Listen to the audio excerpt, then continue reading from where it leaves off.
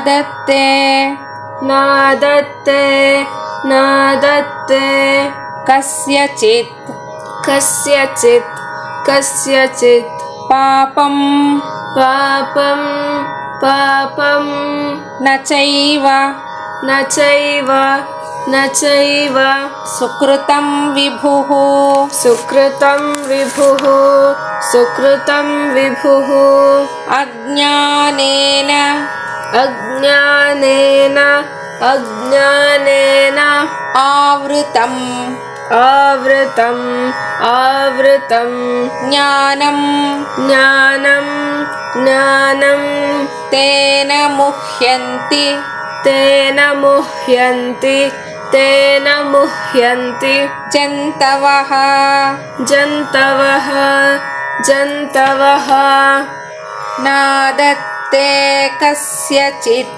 ಪಾಪಂ ನಾದತ್ತೆ ಕಸ್ಯಚಿತ್ ಪಾಪಂ ನಾದತ್ತೆ ಕಸ್ಯಚಿತ್ ಪಾಪಂ ನ ಚೈವ ಸುಕೃತಂ ವಿಭುಃ ನ ಚೈವ ಸುಕೃತಂ ವಿಭುಃ ನ ಚೈವ ಸುಕೃತಂ ವಿಭುಃ ಅಜ್ಞಾನೇನಾವೃತಂ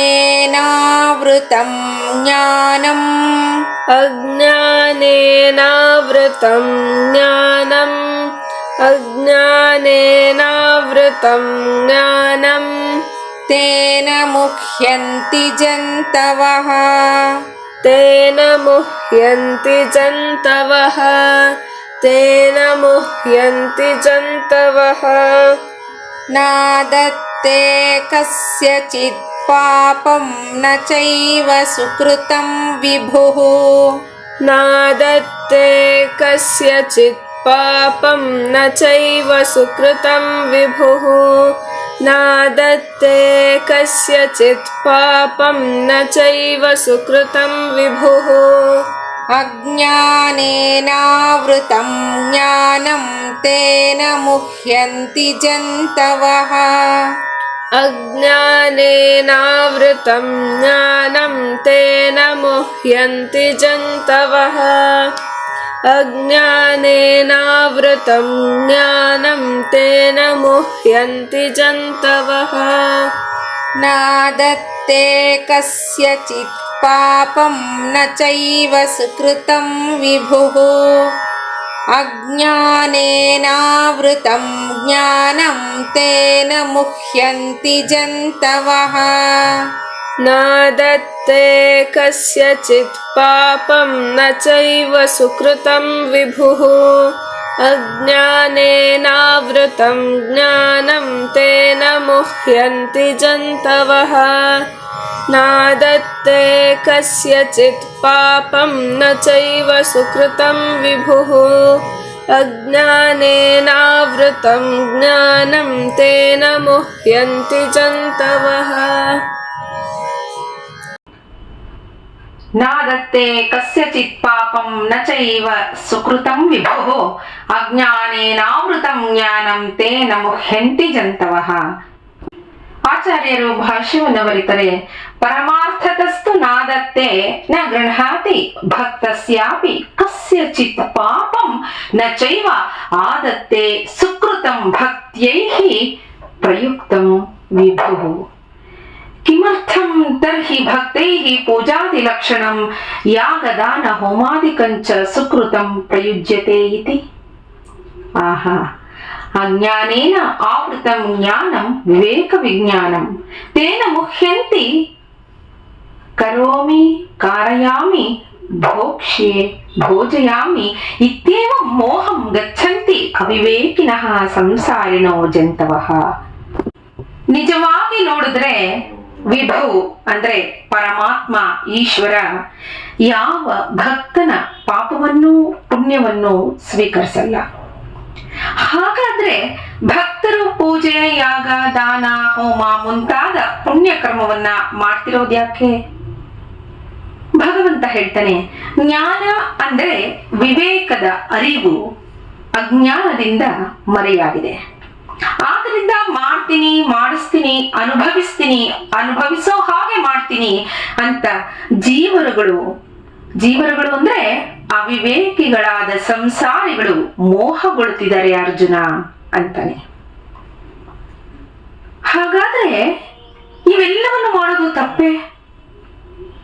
ನಾವ್ ಯಾಕೆ ಇದನ್ನೆಲ್ಲ ಮಾಡ್ತಾ ಇದ್ದೀವಿ ಅನ್ಸುತ್ತೆ ಅಲ್ವಾ?